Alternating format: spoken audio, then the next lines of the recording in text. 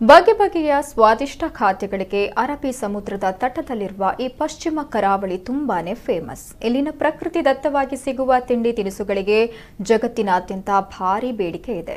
ಅದರಲ್ಲಿ ಇಲ್ಲಿನ ಕಲ್ಲಣಬೆ ಕೂಡ ಒಂದು. ಸದ್ಯ ಈ ಕಡಲೂರಿನಲ್ಲಿ ಮುಂಗಾರುವಿನ ಸಿಡಿಲು ಗುಡುಗು ಮಳೆಯಲ್ಲಿ ಹುಟ್ಟುವ ಕಲ್ಲಣಬೆಯಲ್ಲಿನ ವಿಶೇಷತೆ ಕೂಡ ಒಂದಾಗಿದ್ದು, ಇದರಿಂದ ಮಾಡಿದ ಖಾದ್ಯದ ರುಚಿ ಸವಿಯುವುದೇ ಒಂದು ಅದ್ಭುತ ಅನುಭವ.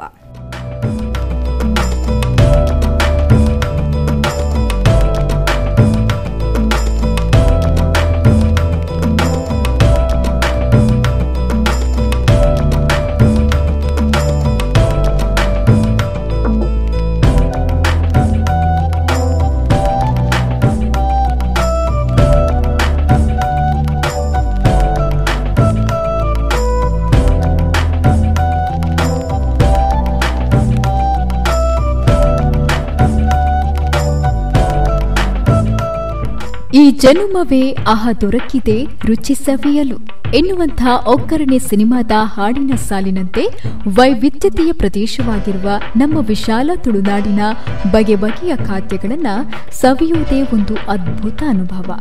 ಕರಾವಳಿಯ ಬಗೆ ಬಗೆಯ ತಿಂಡಿ ತಿನಿಸುಗಳಿಗೆ ಮಾರು ಹೋಗದ ಖಾದ್ಯ ಪ್ರಿಯರೇ ಇಲ್ಲ. ಅಂತಹ ವಿಶೇಷ ಖಾದ್ಯಗಳಲ್ಲಿ ಕಲ್ಲಣಬೆ ಖಾದ್ಯ ಕೂಡ ಒಂದು. ಇದನ್ನ ತುಳುನಾಡಿನಲ್ಲಿ ಕಲಲಾಂಬು ಅಂತಾರೆ. ಮಳೆಗಾಲದಲ್ಲಿ ಮಾತ್ರ ಸಿಗುವ ಈ ಅಪರೂಪದ ಕಲ್ಲಣಬೆಯ ರುಚಿ ಅದ್ಭುತವಾಗಿದೆ. ಮುಂಗಾರು ಮಳೆಯ ಆರಂಭದಲ್ಲಿ ಜೋರಾದ ಗುಡುಗು ಬಂದಾಗ ಗುಡ್ಡ ಪ್ರದೇಶದ ಮರಳು ಮಿಶ್ರಿತ ಕೆಂಪು ಮಣ್ಣಿನಲ್ಲಿ ಮಣ್ಣಿನ ಮೇಲ್ಪದರದಲ್ಲಿ ಈ ಕಲ್ಲಣಬೆ ಹುಟ್ಟಿಕೊಳ್ಳುತ್ತೆ.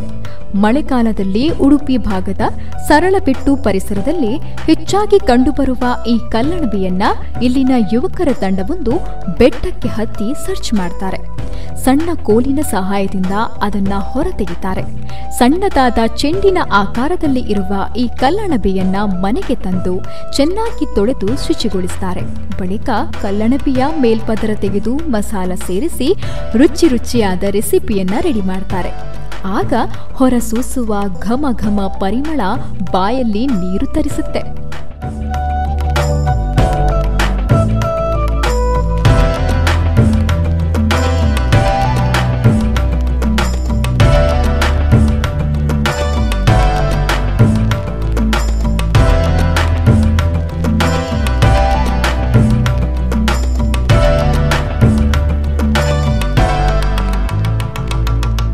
ಮುಂಗಾರು ಮಳೆಯ ಪ್ರಾರಂಭದಲ್ಲಿ ಸಾಮಾನ್ಯ ನೀರು ನಮ್ಮ ಭೂಮಿಯಲ್ಲಿ ಇದಾದ ನಂತರ ಆ ಸಮಯದಲ್ಲಿ ಗುಡ್ಡಗಾಡು ಪ್ರದೇಶದಲ್ಲಿ ಚಿಕ್ಕ ಚಿಕ್ಕ ಗಿಡಗಳ ಮಧ್ಯದಲ್ಲಿ ಬಲೆಯಾಕಾರ ಮೇಲ್ಪದರಕ್ಕೆ ಬಲೆಯ ಆಕಾರದಲ್ಲಿ ನೋಡ್ಲಿಕ್ಕೆ ಸಿಗುವಂತಹದ್ದು ಅದು ಭೂಮಿಯ ಒಳಗಿರ್ತದೆ. ಅಂದ್ರೆ ಆಕ್ಚುಲಿ ಅದು ನಮಗೆ ನೋಡ್ಲಿಕ್ಕೆ ಸಿಗ್ತದೆ. ಅದಕ್ಕೆ ನಾವು ಕಲ್ಲಣಬೆ ಅಂತ ಹೇಳ್ತೇವೆ. ಈ ಕಲ್ಲಣಬೆ ಅನ್ನುವಂತಹದ್ದು ಒಂದು ತುಂಬಾ ಒಳ್ಳೆಯ ರೀತಿಯ ಖಾದ್ಯ. ಅದು ಹೆಚ್ಚಾಗಿ ನಮ್ಮ ಕರಾವಳಿಯಲ್ಲಿ ಅದನ್ನು ತುಂಬಾ ಇಷ್ಟಪಡ್ತಾರೆ. ಅದನ್ನ ಅಂದ್ರೆ ಹಿಂದೆಲ್ಲ ಮಾಡ್ತಿದ್ರು. ಈಗ ಪ್ರಸಕ್ತವಾಗಿ ಈಗಿನ ಜನರೇಷನ್ಗೆ ಅದ್ರ ಬಗ್ಗೆ ಹೆಚ್ಚಿನ ಮಾಹಿತಿ ಇರಲಿಕ್ಕಿಲ್ಲ. ಆದರೆ ಅದು ಹೆಚ್ಚಂತ ಹೇಳಿದ್ರೆ ಒಂದು 4-5 ದಿವಸದ ಒಳಗೆ ಅದು ಭೂಮಿಯಲ್ಲಿ ಸೃಷ್ಟಿಯಾಗಿ 4-5 ದಿವಸದಲ್ಲಿ ಅದರ ಸಮಯ ಮುಗಿತದೆ. ಅದರೊಳಗೆ ನಾವು ಅದನ್ನು ಶೇಖರಿಸಿಕೊಂಡು ಅದಕ್ಕೆ ಬೇಕಾದಂಥ ಸಾಮಾನು ಏನೇ ಬೇಕೋ ಅದನ್ನೆಲ್ಲ ಇದು ಮಾಡಿಕೊಂಡು ಅದರೊಂದು ಖಾದ್ಯ ಇದು ಮಾಡಿದರೆ ಅದಕ್ಕೆ ಬೇಕಾದ ದೋಸೆಯೋ ಅಥವಾ ಈ ಥರ ನಮ್ಮ ಊಟದ ಒಟ್ಟಿಗೆ ಗಂಜಿ ಆಗಲಿ ಅಥವಾ ಯಾವುದಕ್ಕೂ ಊಟಕ್ಕೆ ತುಂಬ ಒಳ್ಳೆಯದು. ಮತ್ತು ಒಳ್ಳೆ ವಿಟಮಿನ್ ಕೂಡ ಉಂಟು ಅದರಲ್ಲಿ. ಅದು ಏನಂತ ಹೇಳಿದ್ರೆ ವರ್ಷದಲ್ಲಿ ಸಾಮಾನ್ಯ ಒಂದು 4-5 ದಿವಸದಲ್ಲಿ ನಮಗೆ ನೋಡ್ಲಿಕ್ಕಿರ್ತದೆ. ಪ್ರಸಕ್ತವಾಗಿ ಏನಂತ ಹೇಳಿದ್ರೆ ಅದ್ರ ಬಗ್ಗೆ ಯಾರಿಗೂ ಅಷ್ಟು ಅನುಭವ ಇಲ್ಲ. ಮಣ್ಣಿನ ಪಾತ್ರೆಯಲ್ಲಿ ಕಟ್ಟಿಗೆ ಒಲೆಯಲ್ಲಿ ತಯಾರಿಸಿದ ಕಲ್ಲಣಬೆ ಖಾದ್ಯಕ್ಕೆ ಸಿಕ್ಕಾಪಟ್ಟೆ ಟೇಸ್ಟು. ಕಲ್ಲಣಬೆಗೆ ನಾನ್ ವೆಜ್ ರುಚಿಯ ಹೋಲಿಕೆ ಇದೆಯಾದರೂ ಹೇರಳ ಪೌಷ್ಟಿಕಾಂಶ ಇರುವ ಇದನ್ನ ಸಸ್ಯಾಹಾರಿಗಳು ಸೇರಿ ಎಲ್ಲರೂ ಸೇವಿಸುತ್ತಾರೆ. ಕೃತಕವಾಗಿ ಬೆಳೆಯುವ ಅಣಬೆಗಿಂತಲೂ ನೈಸರ್ಗಿಕವಾಗಿ ದೊರೆಯುವ ಅಣಬೆಗಳಿಗಂತೂ ಸಿಕ್ಕಾಪಟ್ಟೆ ಡಿಮ್ಯಾಂಡು.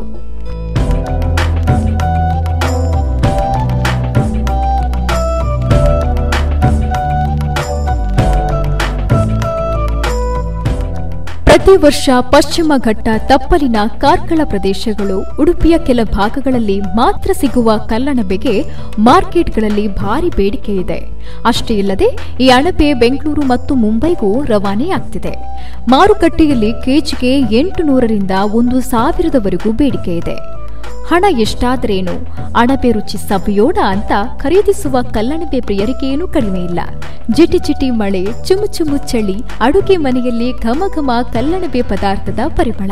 ಆಹಾ, ಮಳೆಗಾಲದಲ್ಲಿ ನೀವೇನಾದ್ರೂ ಕರಾವಳಿಗೆ ಬಂದ್ರೆ ಕಲ್ಲಣಬೆ ರುಚಿ ಸವಿಯೋದು ಮಾತ್ರ ಮರಿಬೇಡಿ ಮಾರ್ರೆ. ಪ್ರಮೋ ಸುವರ್ಣ ಕಟಪಾಡಿ, ನವಕುಲ ನ್ಯೂಸ್, ಉಡುಪಿ.